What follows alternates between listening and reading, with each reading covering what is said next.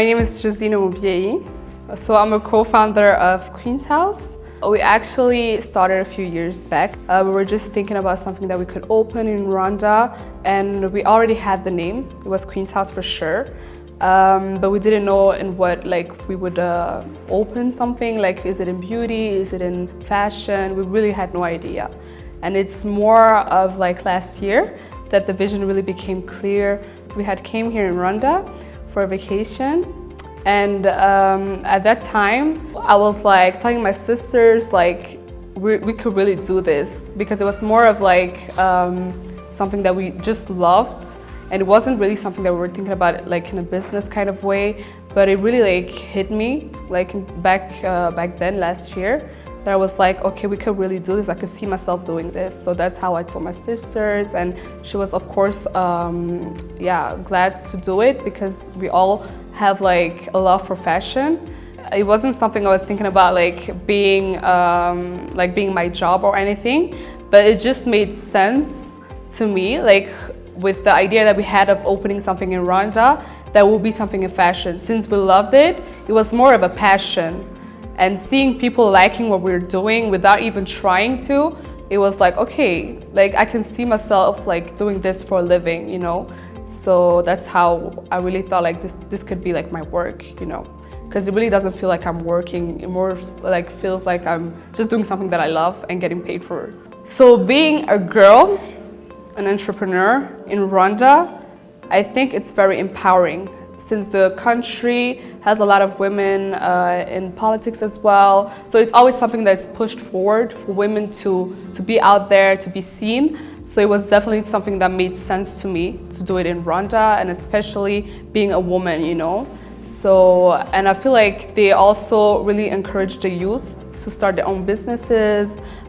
Opening our business wasn't difficult for us. It was really easy. They helped us. And so yeah, I think it's very empowering to just being able to do what we like at a young age, and being a woman as well. Every entrepreneur has that stage where they're kind of doubting themselves, because when we started, we obviously didn't have the full picture of what the challenges would be like. But as you are going, starting, you will face some challenges, and it was definitely more finding the right place, finding the right tailors, where you're am I going to be able to do this? Are people really going to like it? But it's a good stress, because it really pushes you to step up your game, you know. We have dresses that start from 65 up until 115. So it's really, we want to make sure that the products that we use, the materials, are really of good quality, and we also want to pay our tailors a reasonable price, because we're in the clothing business, and for me to be able to produce clothing of quality is gonna come at a certain price, you know. So I don't want people to have cheap quality. I don't want people to have, or my tailors not being paid enough. So it's obviously going to not be accessible to everyone. But to the people that it is accessible to, I hope they can really experience why we're having it at a certain price, can see the work that's behind it, you know. So the vision for Queen's House, we hope we can really reach women, not only Rwanda, but outside of Rwanda, men as well, and hopefully they can feel empowered wearing that, because it comes from an African country. Rwanda is small, but you can really see that the country is doing big things, and we hope that they can see that as well in our clothing brand, and that it can definitely go beyond just Rwanda. I think everyone, whether you're from abroad or from here, we all have our own ideas or just goals that you want to have to do in life. And I think we should definitely not be afraid of doing what we love or creating new things.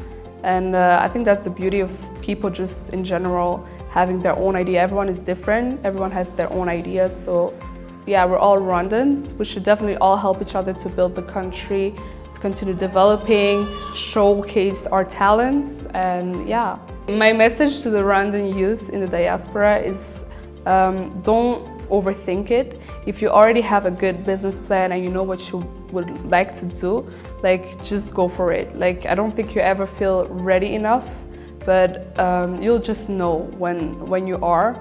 So just go for it, because the country is definitely welcoming us back. And I think the message of Rwanda is so beautiful to see where our country has been and where it's going.